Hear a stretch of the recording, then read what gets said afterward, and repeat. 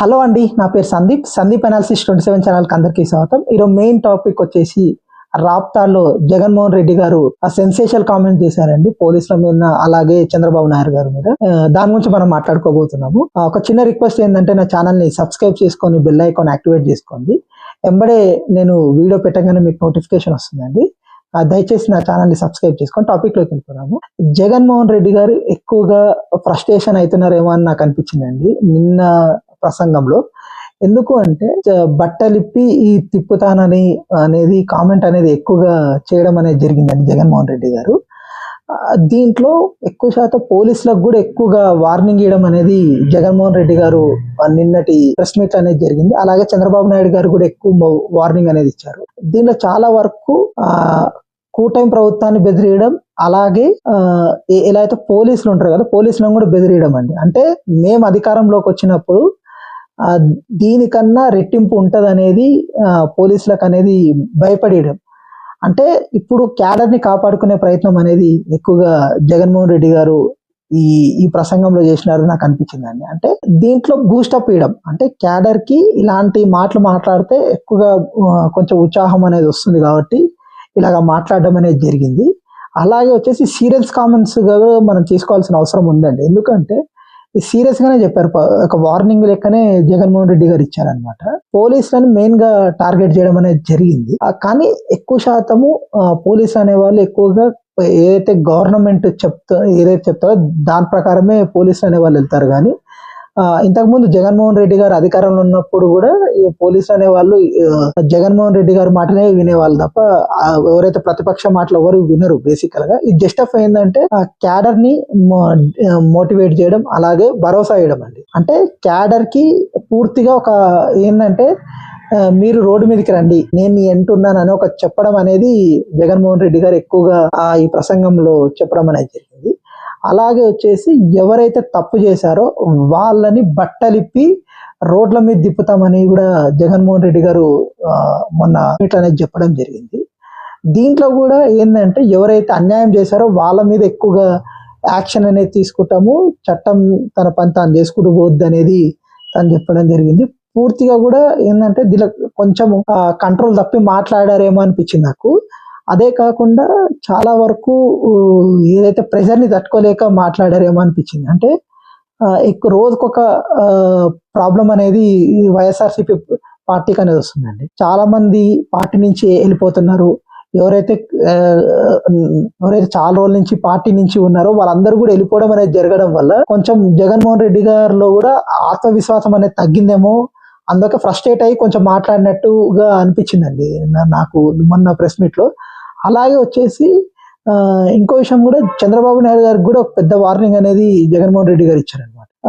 వాళ్ళ అధికారం అదే ఇంతకుముందు 2.0 వర్షన్ అనేది చెప్పడం జరిగింది. పూర్తిగా కూడా సీరియస్ గా ఈసారి అధికారం వచ్చినప్పుడు చాలా వరకు దీనికన్నా ఎక్కువ దాడులు అనేది ఎక్కువగా చేస్తామని కూడా ప్రకటించారు ఆల్రెడీ. ఇప్పుడు కూటమి ప్రభుత్వం కూడా చాలా వరకు దాడులకు తెగబడుతున్నారండి బేసికల్ గా అన్ని ఏరియాస్ లో కూడా. దీనివల్ల కూడా వ్యతిరేకతను ఎక్కువగా పార్టీ కూటమి ప్రభుత్వం మీద వచ్చింది.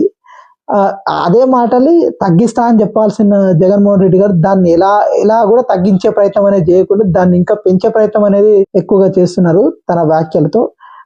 దీన్ని కూడా ఇద్దరు కూడా ఏదైతే ఆంధ్రప్రదేశ్ ని కాపాడుతానని ఎవరు చెప్పట్లేరండి. ఎందుకంటే చాలా వరకు ఎవరైతే బదులుకు బదులు అన్నట్టుగా ఎక్కువగా ఈ కొట్లాడుకుందామనే ఉద్దేశంతోనే ఎక్కువగా రెచ్చగొట్టే వ్యాఖ్యలు అనేది చేస్తున్నారండి. దీనివల్ల ఆంధ్రప్రదేశ్ కి ఎలాంటి ఉపయోగం అనేది ఉండదు. నేను ఇంతకు ముందు కొన్ని వీడియోస్ లో కూడా నేను చెప్పాను, దీనివల్ల ఎలాంటి ఉపయోగం ఉండదు. ఎందుకంటే ఆంధ్రప్రదేశ్ లో ఈ రౌడీ రాజ్యాన్ని మరొకసారి తీసుకొచ్చే ప్రయత్నం అనేది రెండు గవర్నమెంట్స్ అనేది జరుగుతాయి. ఇప్పుడున్న కూటమి ప్రభుత్వం, అప్పుడు ఉన్న వైఎస్ఆర్సీపీ ప్రభుత్వం, వీళ్ళిద్దరూ కూడా ఆంధ్రప్రదేశ్ లో డెవలప్మెంట్ చేయాలనుకోవట్లేరండి. ఇద్దరిద్దరు కొట్లాడుకొని డైవర్షన్ పాలిటిక్స్ చేయాలనే ఉద్దేశం అనేది ఎక్కువగా కనిపిస్తుంది ఇట్లా.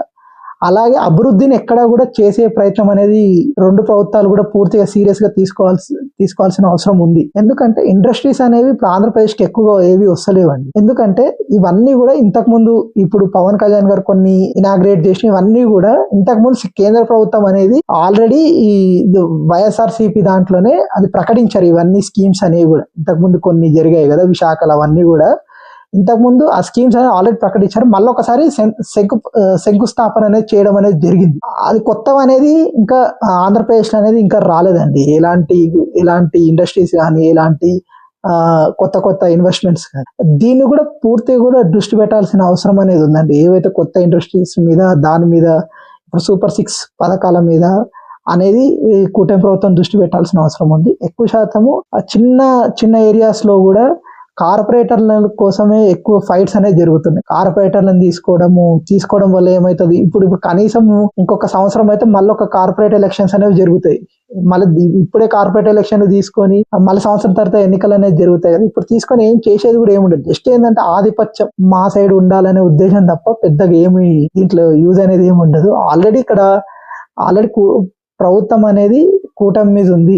ఆల్రెడీ ఇప్పుడు కార్పొరేటర్లు, సర్పంచ్లు వీళ్ళందరూ కూడా వైఎస్ఆర్సీపీకి ఎక్కువ ఉన్నారు బేసికల్ గా. ఎందుకంటే పోయిన కార్పొరేట్ ఎన్నికల్లో అలాగే సర్పంచ్ ఎన్నికల్లో 90% పైగా ఎక్కువగా వైఎస్ఆర్సీపీ పార్టీ గెలవడం అనేది జరిగింది. మొన్న జరిగిన బైపోల్స్ లో కూడా వైఎస్ఆర్సీపీ ఎక్కువ గెలవడం అనేది జరిగింది. దీన్ని మనం కన్సిడర్ చేయాలి కూటమి ప్రభుత్వం. ఎందుకు అంటే ఎక్కువ శాతము ఈ వ్యతిరేకత అనేది ఎక్కువగా పెరిగే అవకాశం అనేది ఉందని కాబట్టి దీన్ని చెప్తున్నాడు ప్రజల్లోకి. ఎందుకంటే 70% వరకు ఆ గ్రామీణ ప్రాంతాలు అనేది ఆంధ్రప్రదేశ్ అనేది ఉంటుందండి. దీంట్లో మొన్న జరిగిన అన్ని కూడా బైపోల్స్ లో అన్ని గ్రామీణ ప్రాంతాల్లో జరిగిన ఎన్నికలు ఎక్కువ శాతము గవర్నమెంట్ కి ఫెచ్చింగ్ అనేది ఎక్కువగా ఉంటది. ఎందుకంటే చాలా వరకు గవర్నమెంట్ చెప్పే మనుషులు ఎక్కువ ఉంటారు. అలాగే మొత్తం అధికారం మొత్తం కూడా వాళ్ళ చేతుల్లో ఉంటది. కాబట్టి దాంట్లో ఓడిపోవడం అనేది పెద్ద షాక్ లాంటిది కూటమి ప్రభుత్వానికి. మొన్న 50 చోట్ల జరిగిన కార్పొరేట్ ఎన్నికల్లో ఇది పూర్తిగా కూడా ఆలోచించాల్సిన అవసరం ఉంది. ఈ మెయిన్ గా అభివృద్ధి మీద దృష్టి పెట్టాలి. అలాగే సూపర్ సిక్స్ మీద కూడా దృష్టి పెట్టాల్సిన అవసరం అనేది ఉంది. జగన్మోహన్ రెడ్డి గారు కూడా ఎక్కువగా క్యాడర్ ని బేస్ చేసుకొని చెప్పి ఎక్కువగా బూస్టింగ్ అనేది ఇద్దామని అనుకుంటున్నారు. కానీ దీనివల్ల మైనస్ అయ్యే అవకాశం అనేది ఎక్కువగా ఉంటుందండి. ఎక్కువగా ఇష్టం ఉన్నట్టు వ్యాఖ్యలు చేయడం వల్ల దానివల్ల ఎలాంటి పాజిటివ్ అనేది జగన్మోహన్ రెడ్డి గారికి జరగదు. దానివల్ల నెగిటివ్ అనేది ఎక్కువగా జరిగే అవకాశం ఉంటుంది. ఇది ఒకసారి క్రాస్ చెక్ చేసుకోవాల్సిన అవసరం అనేది జగన్మోహన్ రెడ్డి గారి మీద ఉంది. నా ఇన్ఫర్మేషన్ కానీ మీకు నచ్చినట్టయితే కింద సబ్స్క్రైబ్ బటన్ ఉందండి, ఆ ఛానల్ ని సబ్స్క్రైబ్ చేసుకొని బెల్ ఐకాన్ యాక్టివేట్ చేసుకోండి. అలాగే లైక్, షేర్ చేయండి, అలాగే కామెంట్ అనేది చేయండి.